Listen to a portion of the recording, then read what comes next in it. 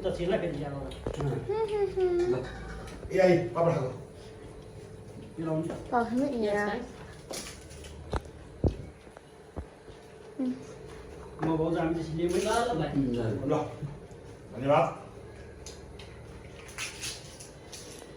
दोहोरा खाना पनि कस्तो मिठो हुने त नाम दिनु न